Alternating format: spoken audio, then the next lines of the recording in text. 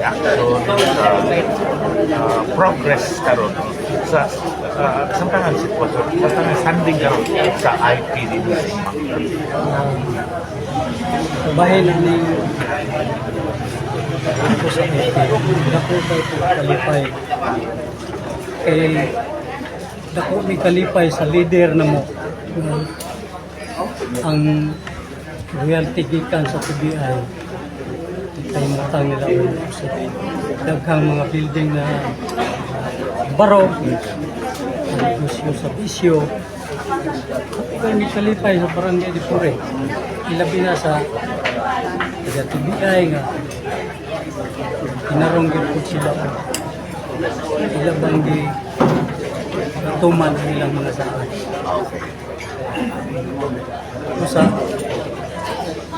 sa po kay may kalipay kay usami kay tungod kay nakakita ni leader nga nagpahaluna gid sa kwarta gikan sa putana Timay Timay kini karon kay mo pa pagsugod ko sa imong nani mga projects nani nagtuo magkang ang puhon moabot gyud sa mismong pultahan ug gagdanan sa mga IP community ang mga kanabuan dako ko patugay sa una sa padung palit gan kay mga plano karon na ano na